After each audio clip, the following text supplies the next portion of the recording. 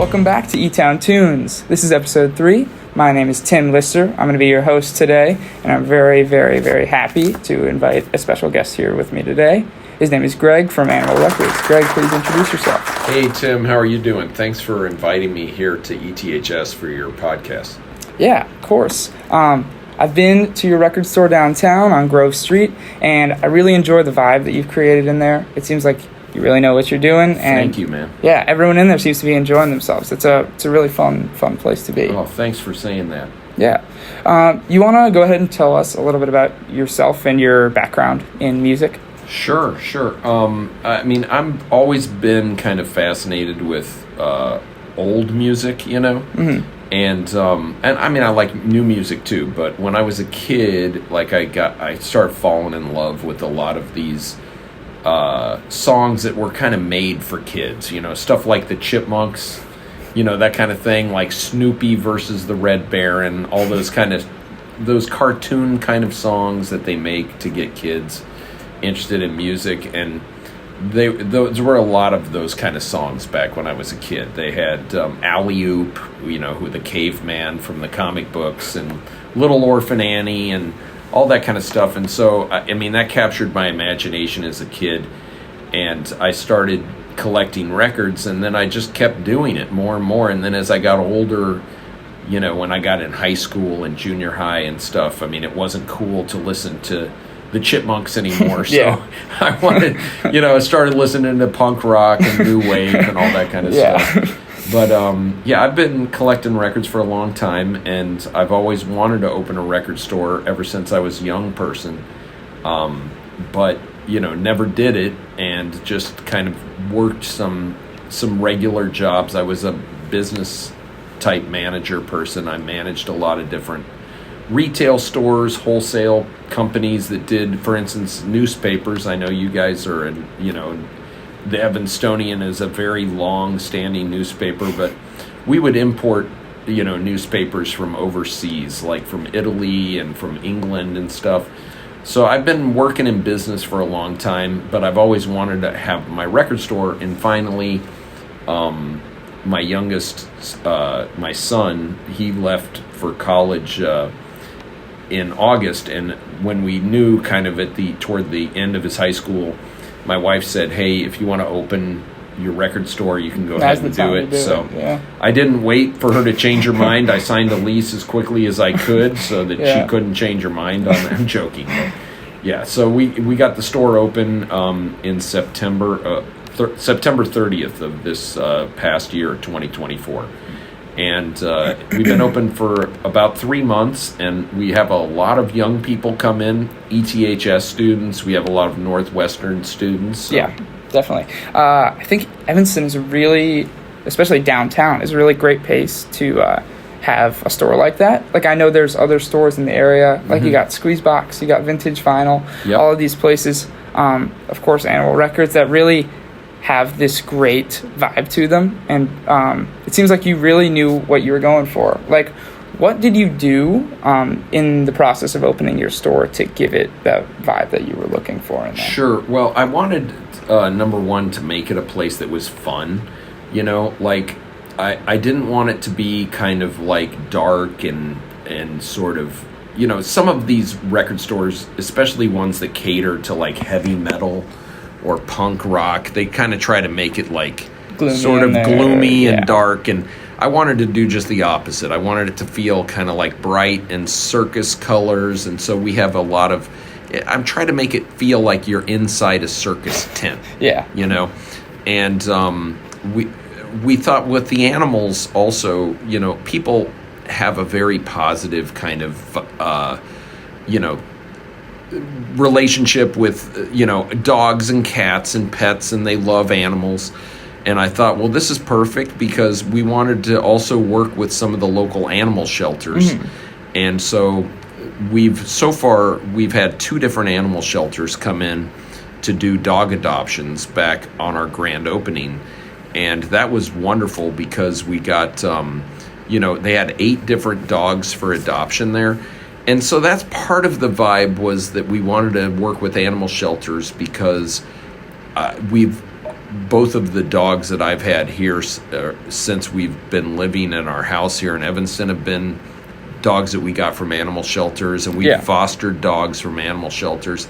But the other thing too is, I love the character Animal from the Muppets, the drummer. Yeah, for sure. So we thought, and he's kind of pink and orange, that's his color. So we're like, well, let's do pink and orange. Just go with that, yeah. Yeah, and so people seem to like it, and the customers have been really, really nice, because I tell everybody when they come in, I say, hey, listen, I know we're brand new. It's not perfectly organized, there's a lot of stuff that still has to be done, but the customers have been really understanding and really nice. And, I like it especially when we have young people come in who are just getting into music. And I just tell them, I say, hey, explore the shop. And if there's anything you want to listen to, just let me know. We'll put it on the record player for you. Yeah. Because that's the whole fun of it, is exploring and learning new types of music. And, there's just so much music out there. Online now, you don't even need a record player. You can listen to any kind of music on your computer, on your phone. But, even though you can listen to any kind of music on your phone or your computer, it's still something special about actually having the physical it's the ownership of it. Yeah, right? And putting it down and then watching it spin around and putting the needle on it. Or if it's a cassette, putting it in the cassette deck and pressing the play button, it's just a different level of attention, and I think it means you sort of have to, at least for a brief moment, you kind of have to pay attention to it. Yeah. Yeah, it's not like a click and let it run. It's like you gotta, put some care into it, clean the record off, flip it, Yeah, exactly, and it makes you a little more involved, and it's just a different experience. I don't really think it's better or worse, some people say, music on vinyl sounds better, and I guess maybe, in some circumstances it can, but to me it's more of just like the involvement. You're involved in it, you're paying attention to it, you're listening maybe more closely, But I listen to music in all forms. I listen to it on my phone, I listen to it on streaming, but I really prefer to listen to it on record, Yeah, I feel like when I listen to an album on vinyl, it's really a different experience. Like listening to an album all the way through. I don't know about you. I like to listen to albums front to back, top to bottom. I think that listening to it the way the artist intended really makes it a much more rewarding experience. Making it all the way from the intro to the outro is really like something more powerful. Totally agree. And then it also, the thing is, sometimes what's fun with the records is just buying something based purely on the cover. Yeah. Totally. Like judging a book by its cover. Yeah, and sometimes that's fun, especially if you're like, we have a lot of records, we call them like our bargain records, right? And they're $1.99 each, or if you buy 10 of them, you can get 10 of them for $10. So they're basically $1 each. And there it's kind of fun because you can take some chances. If you're only going to spend $1 on something, you can look at, if you see a cover with a funny car or a funny picture on it, you can be like, I just want to buy this, see what it sounds like. Yeah, for sure. And that's always fun. That's kind of how I got interested when I was in high school. If I would find a record cover and I had no idea what the music was like, I just knew, I said, oh, this looks cool, and take it home and listen to it. And that's kind of the fun of discovery, Yeah, totally. I think a lot of people overestimate how much you have to have like money to be a record collector. I feel like part of the fun is finding those bargains, and it's, at the end of the day, not about how much money you spend. It's about the music that you're buying and whether you're enjoying it and taking the time to listen to it and putting in, the hours searching through the crates or something like that. Yeah. Right. Totally. And, the other thing, too, is that some of the oldest music out there, like ragtime piano music, right? These records aren't necessarily expensive. You can find a lot of old, like, big band jazz, ragtime piano, Dixieland jazz, all this kind of like New Orleans music. And, it's, especially if you've never listened to it, it's not necessarily collectible or expensive because they made so much of it, but it's fun to listen to. It's fun to kind of get the exposure and listen to that. So Yeah, for sure. I think it's really I love going into record stores where they have a unique like mix of the new and the old, like the classics, also with the stuff that I don't know the kids are listening to. Right. How do you decide what albums to stock? I know I'm sure you probably have a distributor or a supplier like that, but how do you decide which albums go up on the wall or go in the crates? Yeah, I mean, well, so right now, I would say about 98% of the records in our store are used records. Okay. Right? So most of those, until the store opened, all of those, but since the store opened, I've bought collections people have brought to me. But most of those, up until the moment the store opened, were all just from my own personal collection. Really? Right? And so I had tens of thousands of records, and I had them all at my house. So we took 5 truckloads of records from my house to the store, and these were big truckloads. Yeah. So we've got more records than really we can fit into the store. And right now we are only open on the 1 level, but we are going to open the basement probably sometime middle part of this year. So like probably around May or June of 2025, we'll open the basement up so customers can shop in the basement, and then we'll have double the amount of space we have now. Yeah. But to answer your question, the used records are just everything I've purchased my whole life. You have right. them, right. I've just collected them. But when I make a decision about bringing in a new record, a lot of times it's based on what customers are asking about. Mm-hmm. So like I had some customers asking about Frank Ocean. For sure. Right? Yeah. Brought in some Frank Ocean records. I mean, really kind of anything. My daughter's a big fan of Tyler, the Creator. Yeah. Right? So bring in some Tyler. Bring in some of these kind of grunge bands from the 90s, like the Soundgarden and the Red Hot Chili Peppers, that kind of stuff. We try to get a little bit of everything. We got a lot of jazz. We brought in some new jazz. We brought in some Taylor Swift records. I mean, you name it. If customers are asking for it, I bring it in. Yeah, for sure. So yeah, and I think that's really interesting. That's going to lead me into my next question: is how have you been able to stay in touch with new music coming out better now that you have this connection to your customers? Right. Well, it helps too that I have a guy who is 25 years old who works at the store, and he's really knowledgeable about music. Really great guy. Super nice. And but he knows almost more than I do, and he's half my age. I mean less than half my age. So there's a lot of young people who know a lot about music, and that's very refreshing because when they come into the shop, a lot of times I'm learning from them. Yeah. Right. Totally. And no, but it's been good. I have learned a lot about new music since we've been open. And I'm sure it's going to keep happening because every day somebody comes in and asks for something. I say, "What did you just say?" Yeah. What is that? So, but we do buy new records pretty much every day. I place orders for new records. So, from our different distributors, and if somebody is looking for something and we don't have it, then I always try to order it for them. For sure. Yeah. And we've had some pretty obscure requests. Like I had a guy come in looking for some kind of Japanese ambient music from the 1980s. And I was like, I've never even heard of this. I mean, I know some of the Japanese ambient music, but not the stuff he was asking for. So, that's the beauty of music. It's like art, you're never ever going to learn it all. Yeah, totally. No matter, you could live to 1,000 years old. And there's always more coming out. There's always more coming out. There's always, and that's the beauty of it is it's like a lifelong, you can be a lifelong obsession and you're still never going to know everything. Yeah, totally. Yeah. I feel like that's really cool. I think I've always thought about this. I feel like there's more music coming out in a day today than there was in a full year back in the 70s and the 80s. Sure. Which is really, I think, a great thing for the art of music because it allows people to express themselves creatively in more ways.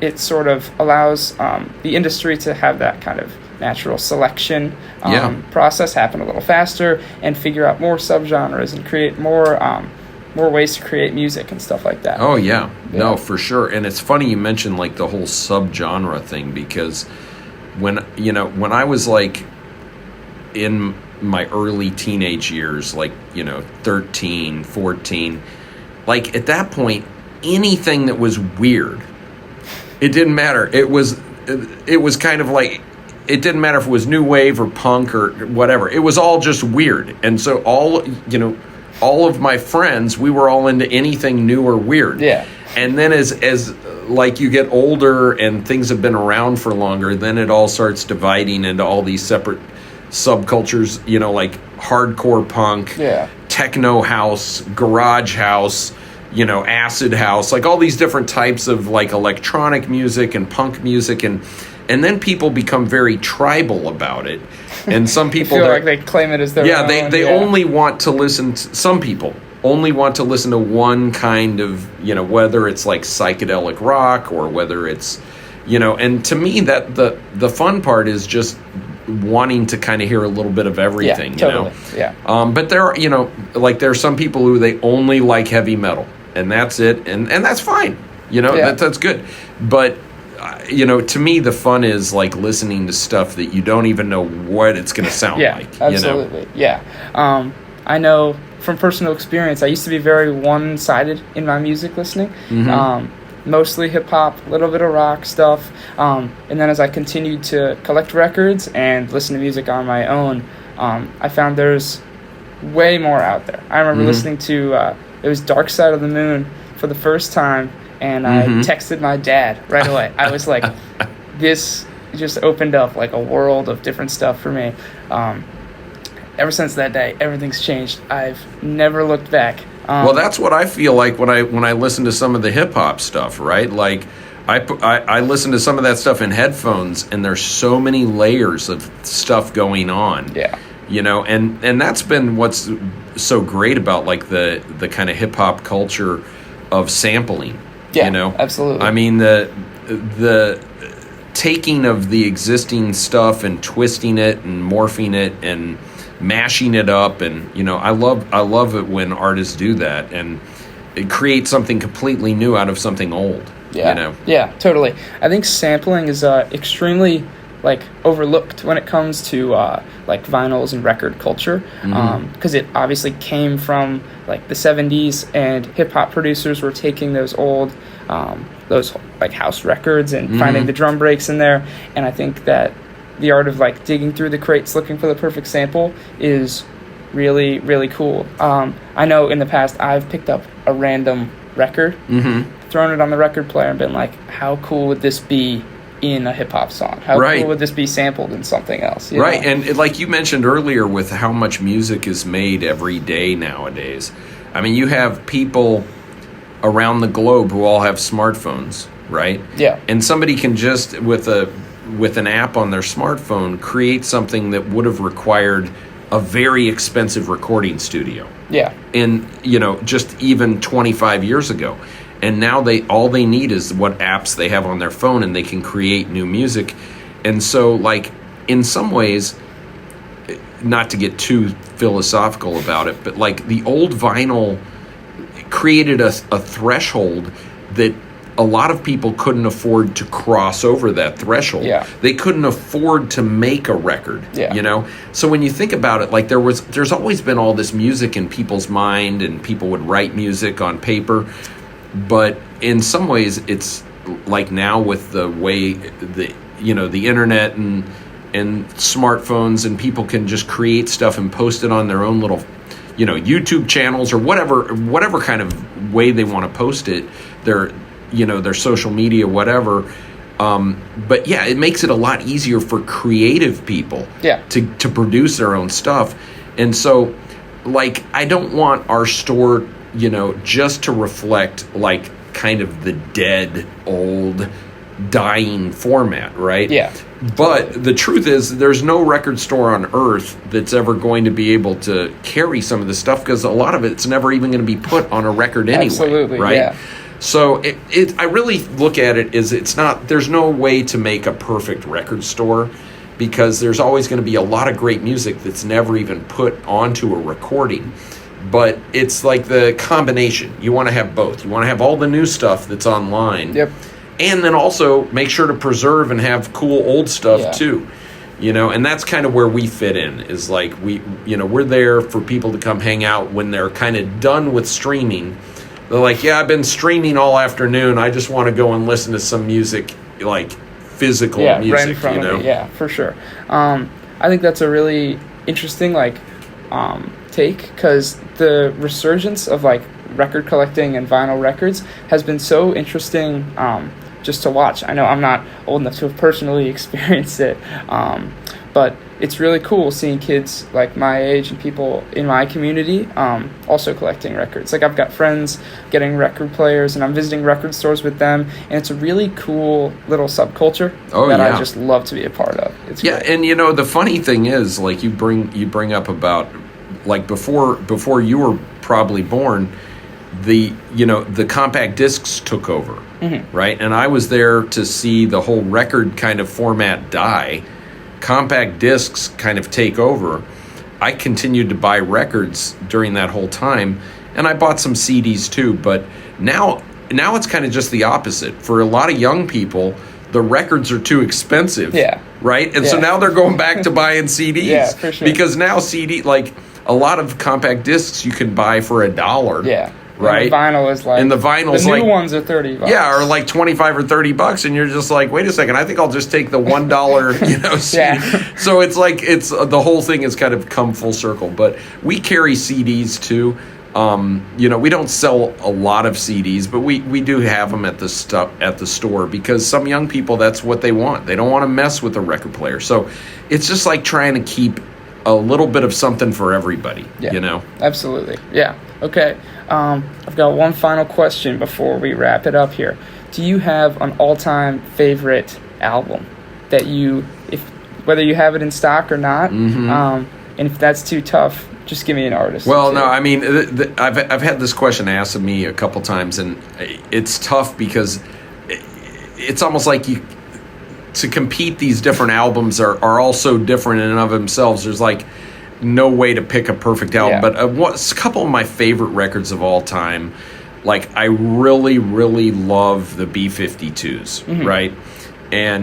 But that was very much a thing of my youth. When I was like about 11 or 12 years old, that's when a lot of those new wave bands started really becoming top 40, and being on the radio. So, but I mean, I love all of that stuff. I love Elvis Costello. I love B-52s. I love a lot of the, just good old R&B stuff, like the Gap Band. Totally. You drop the bomb on me, baby. All that kind. I mean, there's just so many good records. I can't pick one out. Yeah. But when people ask, a lot of times I say like, the B-52s or Blondie. I don't know. I like all that stuff. The Bus, here's a band that no one talks much about, is the Bus Boys. They were a favorite of Eddie Murphy's from Saturday Night Live, and they played on Saturday Night Live a couple times, but they were great. I mean, they were like an African American rock band. But they also had a funky vibe to them, and they were kind of crossing over into the whole new wave thing. Yep, and totally. I mean, unbelievable band, but nowadays they're almost totally forgotten. Yeah. And there's tons of bands like that. Yeah, and that's the good thing, is that's what record stores can do, is they can bring those people back. Maybe you're flipping through the vinyls one day and you see this cool cover you like, and it's the Bus Boys, and you're like, I'll check them out, right? Exactly. So, Minimum Wage Rock and Roll. That's the name of their best album. Totally. Their albums are all good. Okay. Thank you, Greg. Hey, really Tim, thank you, man. Yeah. Thanks for inviting me. Yeah, it's been very fun. Great conversation. All right, and come on down anytime you want, and just if you see something in the store you want to listen to, just raise your hand and hand it to me, and I'll throw it on the record player. Yeah, he's talking to everyone out there, guys. Check out Animal Records. It's on Grove Street in downtown Evanston. One more thank you, Greg. I appreciate having you on. You got it, Tim. And I'll see you around. Thank you, my friend. Thank you.